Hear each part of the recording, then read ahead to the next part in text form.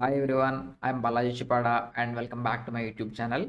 In continuation of our SQL series, in this video, we will learn about use, describe and show tables commands. In the previous video, we have seen how you can load IMDb dataset onto your SQL workbench, right? And in this video, we will be using this IMDb dataset. We will learn SQL from scratch. We will learn it applying the techniques onto this real world data set so that it will be helpful for you to implement that later on actually. So here I have multiple databases on my SQL workbench, and if I do run some commands, SQL will get confused, right, which database we have to use. So that is where we have the first command, which is use database name. So what it will do is it will tell the SQL that we have to do queries on top of the database that we specify here, and every SQL query will end with a semicolon. It is mandatory. Sometimes even if there is no semicolon it will work, but it is mandatory to use semicolon at the end of every query. And here these are considered as keywords. There are other keywords as well, and we will learn all of those as we progress through the videos. For example, describe is a keyword, and then show tables is a keyword, and then we have select, order by. There are so many keywords in SQL, and these can be a case sensitive actually. So either you can use in caps on or you can use in lower case as well, and both cases it will work, but it is recommended to use in uppercase only whenever you are using the SQL keywords. It is an industry standard. Even though you don't use uppercase, it is going to work, but it is preferred to have a uppercase keywords. Now let's go ahead and understand this. So the first command is, we will say we want to work on this IMDb dataset. So what we will do is we will say use IMDb. You have to give the exact name of the database that you have. Here it is my database name. Whatever it could be, if I want to use MyUDB, I can use MyU_DB as well. But for this example, I want to use IMDb dataset, and I can execute this. If you see this got executed, then it is fine. If I don't have this here, let me execute this again. It got executed. Some of the times it will not execute if you don't have a semicolon at the end, and every SQL query will end with a semicolon. Here I can use uppercase as well, use IMDb, and I can execute this. Even this got executed. So you see there is no difference between a lowercase and uppercase keywords, but it's always preferred to use uppercase keywords because of industry standard. Now we have specified that we want to work on this IMDb dataset. Now the next step is, let's say I want to see all the tables in my database. Database is a huge place to store a lot of different data, and inside this you have multiple tables. Okay, so this is called IMDb, and inside this I might have table 1, table 2, table 3. Likewise I might have so many tables.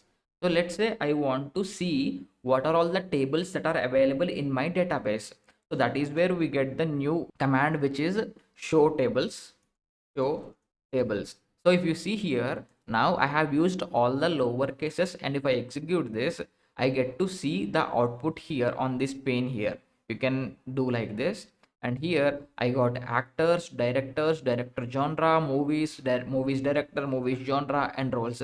So these are all the tables that are present in my database. Hopefully that is clear. I can also do like this, show tables with all caps. Even this will work without any issues. And see, I got all the table names that are present inside my database IMDb. So let's say what I will say right now is, let's say I want to use MyU_DB, and if I execute this, it will get executed. If you see, my U got expanded, and I can see that inside this output. And if I execute show tables, it is going to give me nothing because there are no tables present inside this my UDB. If there are tables present, then it will show you all of these tables that are present. Now let's go back to IMDb and let's execute this, and let's also execute this. So we have all of these tables that are present inside our database. Now let's say I want to get the information of all of these tables. If you see, I have a table name actor, but I don't know how many columns are present and how many rows are present. What are the column names? What are the types of these columns that are present inside this table name called actors. So for that we have one more command called describe. So what we have to do is describe, and we have to pass in the table name. Let's say I want to find out for actors, and if I do this and if I execute, I will get this output. Now let's understand this output clearly. So what it says is I have ID as a column, first name as a column, last name as a column, and gender. And then we have the type, which is int, is basically integer. And we have varchar, it is basically variable character. And this 100 means maximum of length 100. So you can consider this as a string which is of random length 0 to 100. Okay, so it could be Balaji, it could be Balaji Chipada, but the maximum limit is only 100 characters. And we have the last name. Even for this we have data type as varchar, and we will learn all of these data types in the later videos, but for now let's understand this output. And then we have gender. We are saying it's only a character and it is of length 1, so it could be either male or female or neutral, right? And then we have the null, whether this column has any null values or not. Here it is saying no, and here first name and last name and gender could become null, and there are null values actually. And then we have the key, and we have learned about primary keys and foreign keys, right? So ID is a primary key, and first name and last name are mul means multiple values, and there might be two records in which first name is Balaji and Balaji. There is no restriction on that. If it is a primary key, then there should not be any duplicates. And gender is a column which doesn't have any key properties. And the next column we have is a default, and here by default ID is 0, and remaining all of these columns are null, null, null, and there is no extra information provided for this table. Describe is a command in which you get to see all the high level statistics of a particular table.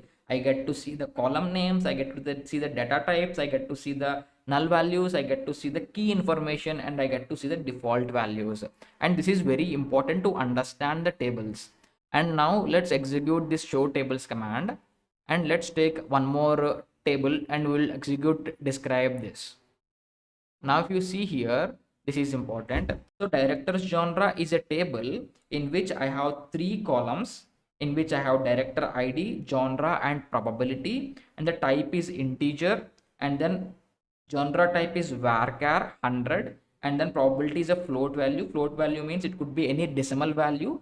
Because it is a probability column, it's usually typically between 0 and 1, and we have no null values inside the first 2 columns, and we can have null values inside this probability column. And here if you see, there are 2 primary keys. That means both of them together contribute to primary key. We have seen the concept of composite keys, right? This is what it is. And don't worry, we will understand how to create all of these tables and all of that in the later videos, but now let's go with the flow. And default value, it has null, null, and null, and extra, there is no extra information. Hopefully that is clear. Now let's go and check for another table. Let's take which table now? Let's take directors table, and I will do this, and let's execute this.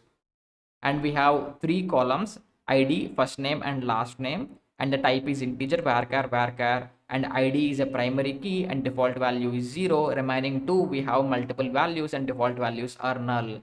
Now let's take one more column and let's understand roles, and let's execute this. So we have 3 columns in which actor ID, movie ID, and role, and we have integer, and varchar, and there are no null values, and the key is primary, and all of these combinedly will call it as a primary key. So it's basically it's multiple keys together, and default values are null values, because these will be acting as a foreign key to the other tables.